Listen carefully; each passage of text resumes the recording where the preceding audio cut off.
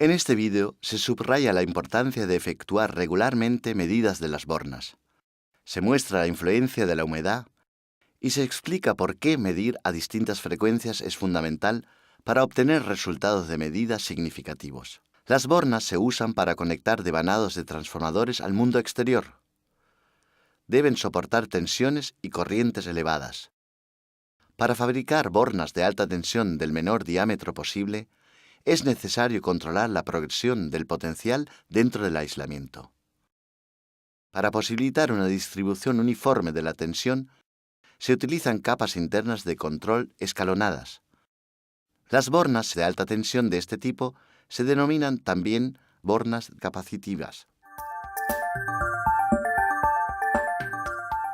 Una conexión de medida en la brida del lado de la puesta a tierra de la borna permite medir la capacitancia de alta tensión C1 y el factor de potencia o el factor de disipación.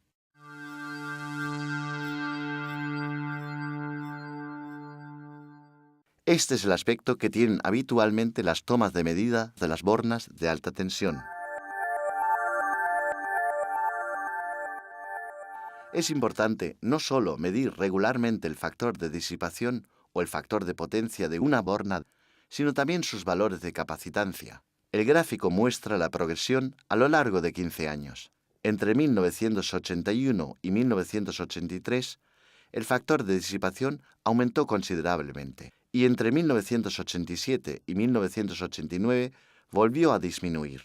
La curva de los valores de capacitancia revela el motivo. La aguda pendiente, casi del 25% entre 1985 y 1987, indica que se han cortocircuitado aislamientos parciales entre capas capacitivas. La explosión de una borna de alta tensión puede hacer que un transformador entero quede inservible.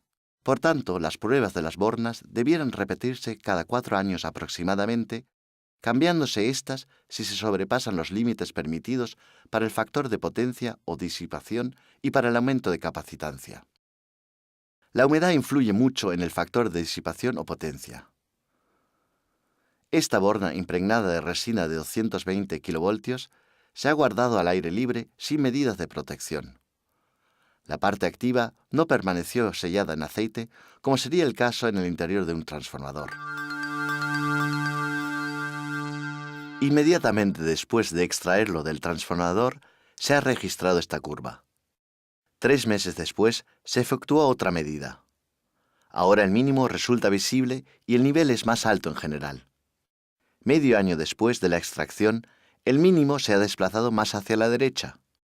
Este valor corresponde a 50 Hz, a un factor de disipación en torno al 0,65%. Es más del doble del valor inicial. Las curvas se han alterado totalmente. Vemos que la humedad produce valores más altos de factor de potencia o disipación y que los mínimos se desplazan hacia frecuencias superiores.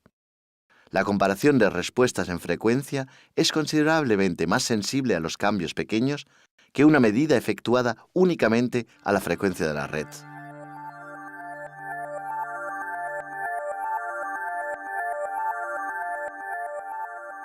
Esta medida de un interruptor de potencia de aceite se ha registrado en Estados Unidos.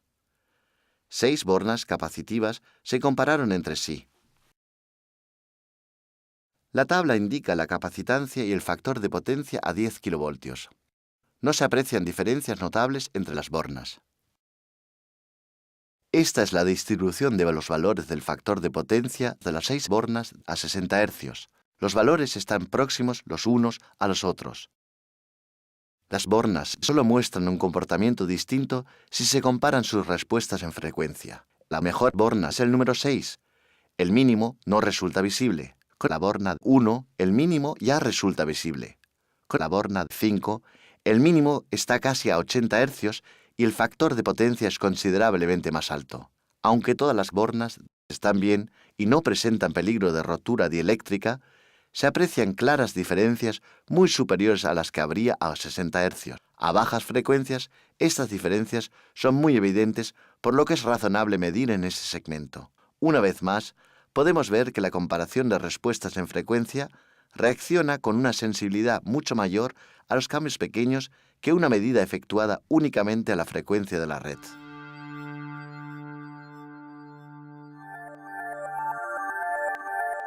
Vemos ahora un ejemplo en el que las frecuencias altas posibilitan un mejor diagnóstico. Es una prueba de 5 bornas impregnadas de resina de 110 kilovoltios. Una curva se desvía considerablemente de las demás. A frecuencias bajas, las curvas no se separan mucho entre sí, pero a frecuencias más altas se alejan enormemente. Aquí el factor de disipación o de potencia aumenta casi linealmente con la frecuencia. Este comportamiento recuerda al de un circuito en serie equivalente. Ello indica que o bien la toma de medida o bien la capa de alta tensión están conectadas defectuosamente. Una segunda prueba a 2, 4, 8, 10 y 12 kilovoltios confirma este resultado. El factor de disipación o de potencia de la borna 2 voltios se hace menor con tensiones altas, ya que la resistencia óhmica de un mal contacto disminuye con tensiones más altas.